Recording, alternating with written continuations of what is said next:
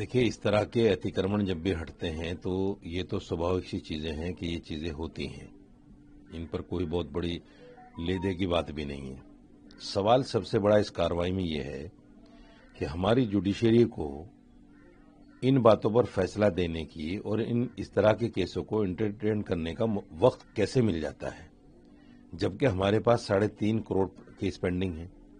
कुछ ऐसे केसेस भी अदालतों में लगे हुए हैं जो बेचारे मुलजिम भी नहीं हैं, लेकिन उनको पकड़ लिया गया, वो जेल में हैं। वो हर तारीख पे ये इंतजार देखते हैं कि साहब फैसला सुनाएंगे और हम छूट जाएंगे, लेकिन साहब फैसला नहीं देते और वो 5-5 साल 10-10 साल जेल में रहते हैं। एक बच्चा 36 साल के बाद छूटा। ये हमारी जुडिशरी की जो कोताही है, इस पर कभी कोई बात नहीं करता। ये बहुत बड़ा सवाल है कि मस्जिदों के लिए वक्त क्यों मिल जाता है। दूसरी बात, इस मस्जिद के बराबर में ही थोड़ा सा आगे चल के रामलीला मैदान में ही मंदिर भी है, वहां भी इंक्रोचमेंट है, उस पर कोई कार्रवाई नहीं है। दिल्ली गेट से थोड़ा सा आप आगे चलेंगे, मौलाना आजाद मेडिकल कॉलेज के पास में ऑन रोड मंदिर बना हुआ है, बिल्कुल सड़क पे मंदिर बना हुआ है, उस पर कोई कार्रवाई नहीं है। बहुत सारी जगहों पर ये इंक्रोचमेंट आपको मिल जाएंगे। यहां क्यों कार्रवाई हुई? क्योंकि ये मस्जिद थी, इसलिए इस पर कार्रवाई कर दी गई। अगर ये मंदिर होता तो शायद कार्रवाई ना होती। बहुत सारे मंदिर रोड पे बने हुए हैं।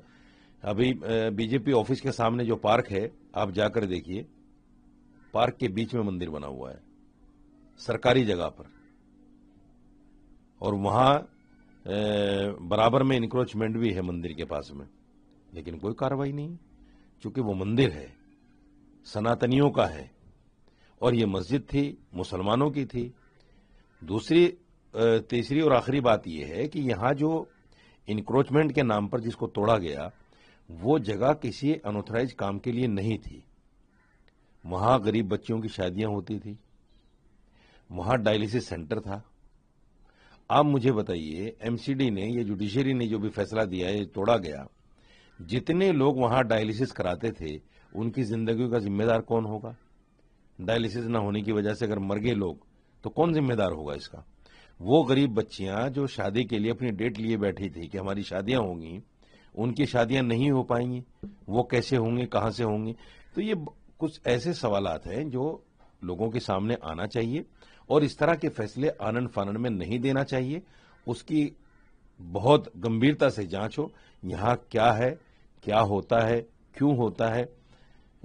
ये दिल्ली वक्फ बोर्ड की मस्जिद है और दिल्ली वक्फ बोर्ड सरकार के अधीन है।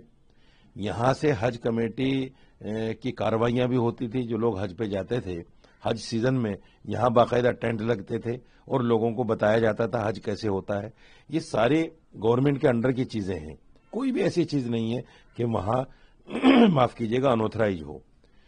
लेकिन इन सबके बीच दिल्ली पुलिस ने मामला दर्ज किया है अननोन स्टोन पेल्टिंग को लेकर, जो तुर्कमान गेट पे हुआ है, और पुलिस पर जो हमला हुआ है, 10 लोगों को डिटेन भी किया गया है।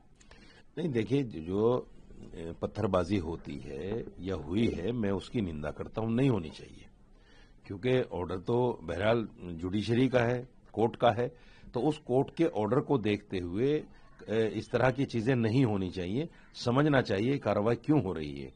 लेकिन जो मैंने सवाल उठाए हैं वो भी तथ्यात्मक हैं, उस पर भी जुडिशरी को भी सोचना चाहिए और पुलिस को भी सोचना चाहिए कि ये कार्रवाई सिर्फ मुसलमान देखकर या मस्जिद देखकर क्यों की जाती है।